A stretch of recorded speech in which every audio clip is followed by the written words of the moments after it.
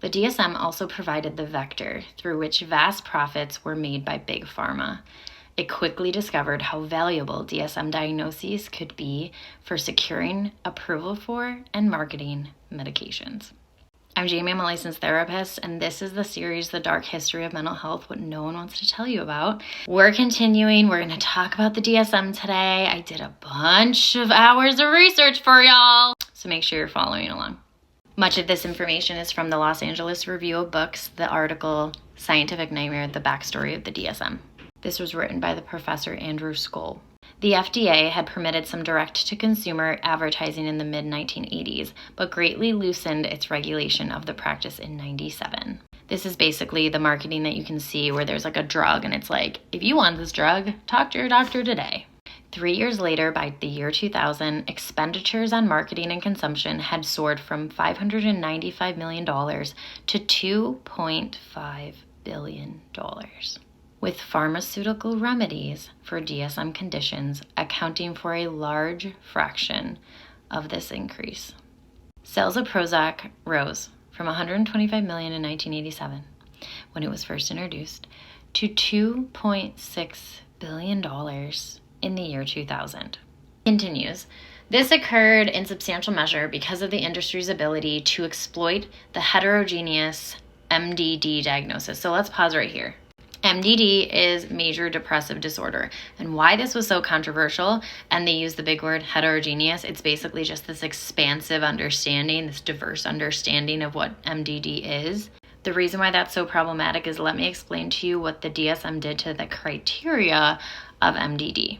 So this is actually from a 1981 letter to the editor. A Dr. Jeffrey Mattis wrote this. He wrote that in developing criteria for the diagnosis of MDE, which is a major depressive episode, the framers of the DSM-3 were not trying to limit excessive diagnosis, as was the case with schizophrenia. He notes that, unfortunately, however, there were few severity requirements for the DSM-3 diagnostic criteria of MDE. He notes a few examples here, but he talks about there's no criteria severity for insomnia, there's no criteria severity for loss of energy, there's no criteria severity for difficulty concentrating. Thus, a large number of very mild depressives who would appropriately never be considered for a trial of medication or even psychotherapy met the criteria of MDE. Stay with me. Many of the patients who would have been given the diagnosis of depressive neurosis or adjustment reactions in the DSM-2 meet the criteria for major depressive episode in the DSM-3. Okay, why is this important? Let's hold again. So in order to understand what they just said, the DSM-2 was very different than the DSM-3, and the DSM-3 was very clinical. It was very medication oriented. It was very medical model, all right? DSM-2 was more like what we would consider if a bunch of therapists got together and was trying to understand how to describe disorders. So when someone describes something as a depressive neurosis, what they're really saying back in the day was it's depressive thoughts, depressive expression of self, right? Versus now with the DSM-3, it's now considered depressive disorder. That's the term that changed. And therapists were like, that's a problem because what if it's not a full-on disorder? What if it's just a series of grief or loss or, someone got broken up with and they're just trying to understand skill sets about how to navigate that intense pain that they're going through. That's going to look like depression, but they might not have the full-on disorder. They just might be going through a really depressive phase. And so, of course, therapists were like, this might not be the direction we want to go. And as a therapist, am I aware that people have these disorders? Yes. They're talking about the spectrum here of people that are going through hard times, that are trying to understand something, and then they're getting smacked a disordered label on them. And now it's like, what do we do? How do we treat it, right? And the therapists in the room are like, can we not forget that therapy might help them develop these skills? And a lot of the doctors in the room were like, medication. And if you're still with me, let's bring it home. We're going back to the LA Review article. Required to receive insurance reimbursement, DSM diagnoses became a touchstone for accessing various benefits, both educational and financial. They underwrote and shaped psychiatric research and drug company activities, and they entered the legal system. So these diagnoses entered the legal system. They also framed discussions of mental illness in the media. At each revision, new disorders were added, and definitions of disorders were tweaked, almost always in the direction of broadening the criteria for particular diagnoses. Not insignificantly, the advent of the DSM universe contributed to the rapid demise of psychoanalysis. So, how did we get here today?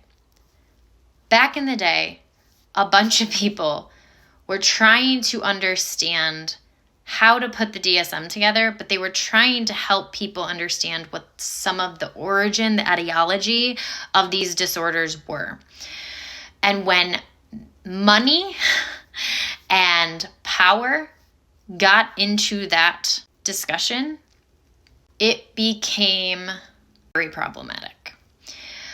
Let me just give some caveats here. I am not against medication. I'm a therapist. Yes, I don't have any skin in the game. I'm not prescribing medication.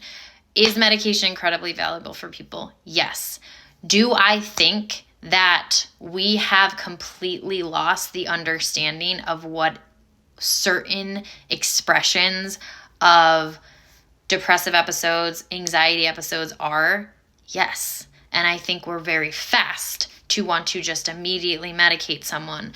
Because of DSM and because of the way it was organized, many people are like, I just need a label, I just need a diagnosis. It's because they need insurance to cover it, right? This is money. Insurance needs to cover the therapy session. Insurance needs to cover the medication, right? So we have to have some of these labels because we need to make sure that is covered. The issue is the actual construction of the DSM has massive implications on how people understand themselves and how they're integrating these diagnoses into who they are. The actual term disorder, by and large, has massive gravity for some people. But if I looked at you and I said, anxiety is part of your processing right now and it's serving a purpose for you, what if we untangle that and try to figure out why there's fear around that? Or let's understand where some of that is stemming from, right? And so if you go to my other videos in this series, this is why we've gotten so far away from the etiology of trauma, because trauma is such a big umbrella and it's not convenient for specificity. It is incredibly problematic to profit off of. And if you can't profit off of trauma being the etiology, but you can profit off of treating something that wouldn't ever be alleviated, right? If I can actually get my clients to untangle their trauma and then they no longer have to have medication, that's a problem for the big pharma industry. I want people to be medicated if they need to, but if that becomes a blind spot to being able to actually get them to heal, that's a tragedy.